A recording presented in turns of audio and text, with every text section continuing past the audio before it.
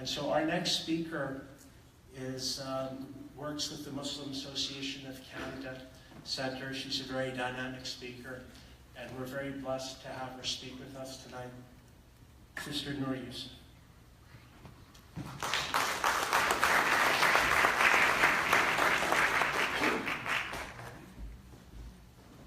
Assalamualaikum, everyone. Wow, they were not lying about these lights. They are blinding. But first of all, I just want to take a moment to say, like all the other speakers said today, that I'm really, really happy that I get to be here. Events like this are where real change can happen. You know, when we come together and we talk to each other about these important issues. And the great thing is for someone like me, I mean, I don't really have any big titles or any life wisdom. I'm just a second-year university student. But I have my experiences, and I have my opinions, and I can share them with you in events like this, which is so important. And so thank you all for letting me be here, and thank you to the organizers of this event for making this happen. I think, honestly, a round of applause to the organizers, because this is incredible.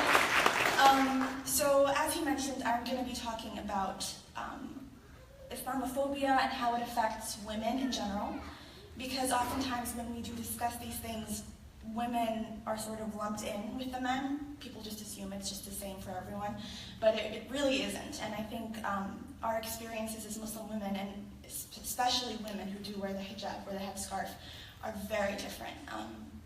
Mostly because, like he said, it's very obvious once you look at me that I'm a Muslim. It's very obvious. You can tell. You can spot me from like the back of the room in a crowded street. You'll know what I believe in. You'll know what my faith is. And so that makes us, I don't want to say easy targets because I don't like that term, but in a way it does. You know, people, if anything's going to happen, if anyone is going to attack Muslims, it's going to happen to us first because we are the most easily visible. And so it makes us easy targets in a way. And the reason why I think that this is so important to talk about is because, you know, on my campus, I go to the University of British Columbia, and I've had some of my friends who wear the headscarf been harassed and had their hijabs pulled off or pushed somewhere or horrible things like that. And, you know, it makes me wonder, like, you know, it really is, if you think about it, to other people, it's just a piece of cloth.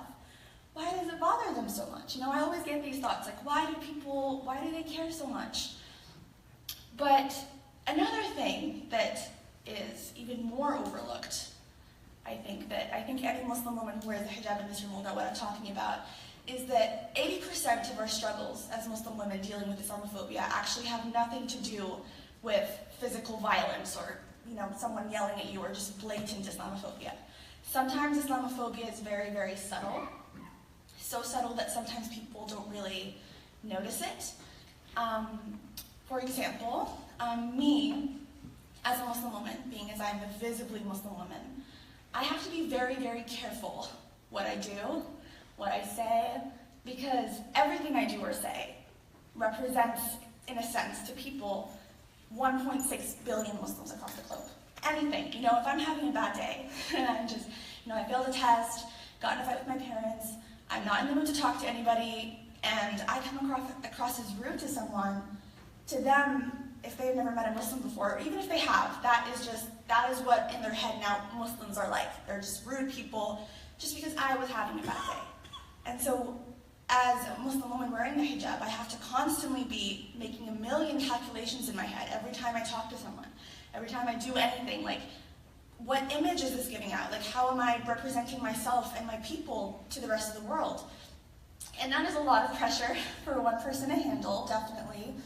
And so I think it's really, really important that people realize this and understand that Muslim women are facing so much more than just what we're seeing on the news. You know, even walking out of your house every day is a battle. Like, you have to be aware of everything you're doing, everything you're saying, even your opinions.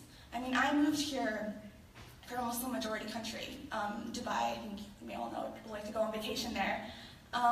And I've always been a very outspoken person my whole life. I've always loved to argue. I'm a very critical person. I like to discuss things. I like to have very out there opinions. I've always been that way. And when I first got here, I remember since I was wearing the hijab. And I looked different already, I stood out already. And so I was kind of very cautious about putting myself even more out there. Like, okay, I already look different, people already treat me differently.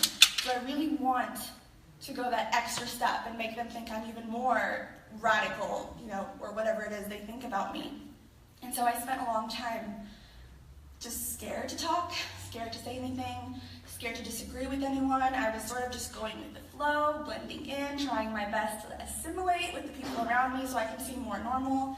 And that is a big problem, especially when it comes to young people, because, I mean, we're the next generation. We're going to be leading this country in the future. This country is going to be ours one day. And so, you know, we can't be scared to talk. We can't be scared to disagree. We can't be scared to have opinions, because our opinions are important. Every person's opinions are important, and especially in something like, you know, the government, representation matters. You know, I want to be able to one day see someone wearing the hijab running for prime minister, because why not? I mean, that is something incredible, and it could happen, right? So, I think it's really, really important that we stand by our Muslim sisters, because, you know, whether or not they wear the hijab, they're facing a lot of issues that they have to deal with in their daily lives. And there are many ways I can think of to fix these problems. I mean, through education, you know, through going out protesting, standing up, talking to people, you know, talking to the people in charge, trying to pressure people into making changes. But honestly, the most important thing, in my opinion, and the easiest thing, is just open communication. Because a lot of the time, we don't talk to each other. You know, a lot of people, the reason why this ignorance is so widespread is because people are scared. They're very scared.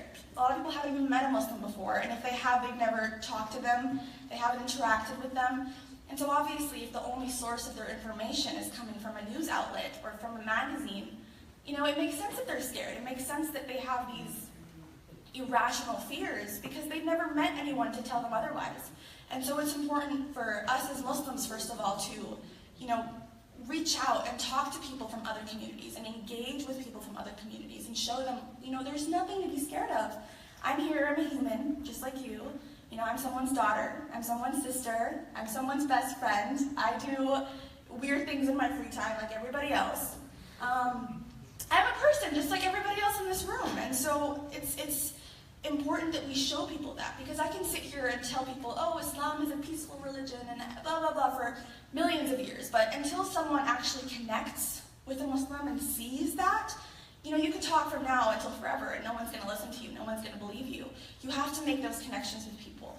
And to all the people who aren't Muslim here, if you know a Muslim and you have any questions, please ask them. I have friends, I have more non-Muslim friends than Muslim friends, honestly, and they're always telling me, you know, we have questions to ask you, but we're just scared that we might offend you.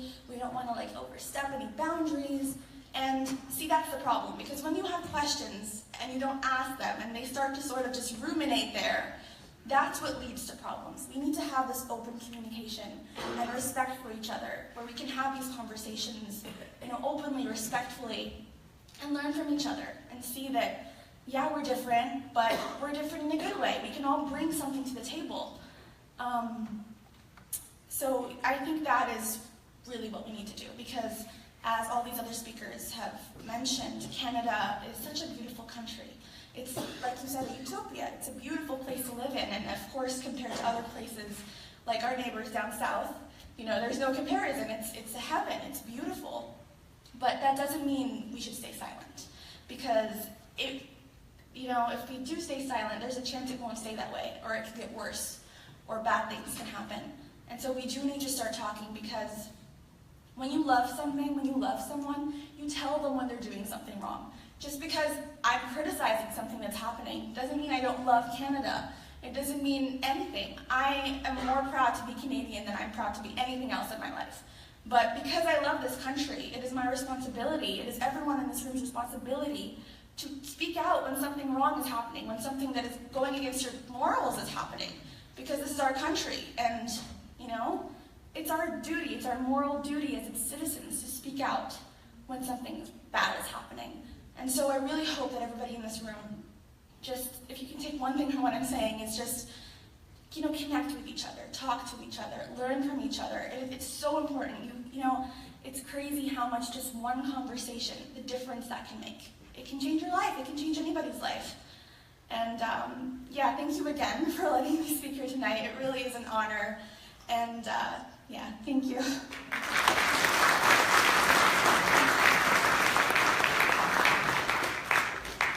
Come on, ladies and gentlemen, give her a round of applause. This woman's in London.